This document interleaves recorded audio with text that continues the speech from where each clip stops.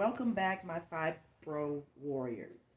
On my first video, I introduced myself and gave some background as to when I was first diagnosed, which was in 2018.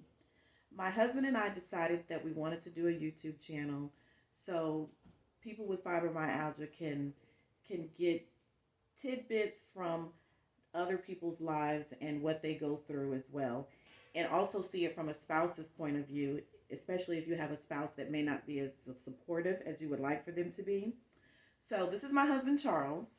He's going to talk a little bit on how fibromyalgia affected him in the beginning when I was first diagnosed in 2018. The video is not going to be as long as it was on my last video, 19 minutes. That was just a little bit too long. So, we're going to shorten it because I just want him to tell his side as to how he felt, especially my first year of being diagnosed. Once again, this is my husband, Charles. Go ahead, babe. Hello, hello, everybody. I am Charles. I definitely am the husband that she was talking about on yesterday. So yeah, 2018. It was a very difficult time for us. Um, a lot of people don't understand the pain that they go through. So I just want to let you know that yeah, 2018 was difficult for both of us. It even took me to the point where I was feeling helpless. You know, I couldn't help her. I couldn't help her get better. I couldn't give her nothing to make her feel better, and it took a toll on me as well. So I had to go before God and pray and ask Him for strength, so I can be her strength. You know, because I didn't want to look weak, and while she was going through her times of weakness and trials, you know. So I didn't want to have her looking like I don't have no one to support me. So I had to go before God. I had to let Him know, look, I'm dealing with something that I feel like I can't help her, and I want her to have help. So she went through a lot of pain, a lot of pain. It was really frustrating for me as well as for her, but it was really frustrating because to see someone go through that and they're crying and they can't move like they want to. They just are so like dealing with so much, and I had to like watch what I say, what comes out my mouth and all that stuff. Because, when a person is going through that, you don't want to basically put them over the edge. Like they don't want to live anymore. So I had to really do what the word says. Be swift to hear, slow to speak, slow to wrath, because we human.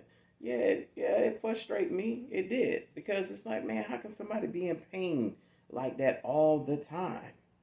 But when I started looking at her and started really taking the time to really pay attention, nobody wants to fake that they're in pain like that. So I had to, once again, like I said, go before God and have Him to help me so I can be strong for both of us. So 2018 was definitely a struggle. Thank God today is 2021. Her pain is a little easier than 2018, but we're still seeking God. We're still seeking God for healing, for complete healing. And I'm here. I'm a husband who's a supporter. I'm a fibro warrior supporter. Most definitely. So, I want this platform to be for those of you all that may feel like you have no one to listen, or you have that spouse or family member that just doesn't get it and isn't trying to hear it. Maybe if you say, babe, sit down and let's look at this together, and maybe it will help in your relationship.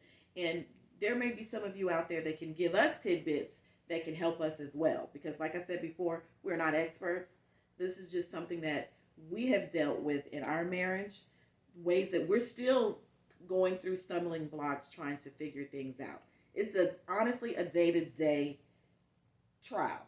Some days are better than others. To be transparent, I'm in pain today, but I was determined to do this video because I wanted to get it out with him being here to introduce him, so the men the boyfriends, the husbands, the dads, and whoever your support system is will know you're not alone. He's here as well if you have someone in your life that wants to talk, vent, say, you know what, I'm gonna send them a message and see what they think about this. What should I do? Because my significant other, sister, brother, or whomever is having some issues in this area with their pain, and I don't want to do or say anything to make it worse. So wherever I may not be of an assistance to help you, he can help. And like I said, you all may be able to help us as well, because trust and believe, we do not have all the answers. We're seeking God, and we're seeking out you all as well to help. So I figure if we all come together as one in one big community, maybe it will lessen the pain of feeling alone, that you have no one to talk to, you have no one to vent to, and no one understands it. Because like I said yesterday, you don't understand it unless you have it. You don't understand it unless you know someone with it, that you see someone day to day struggling with the pain and everything that they go through.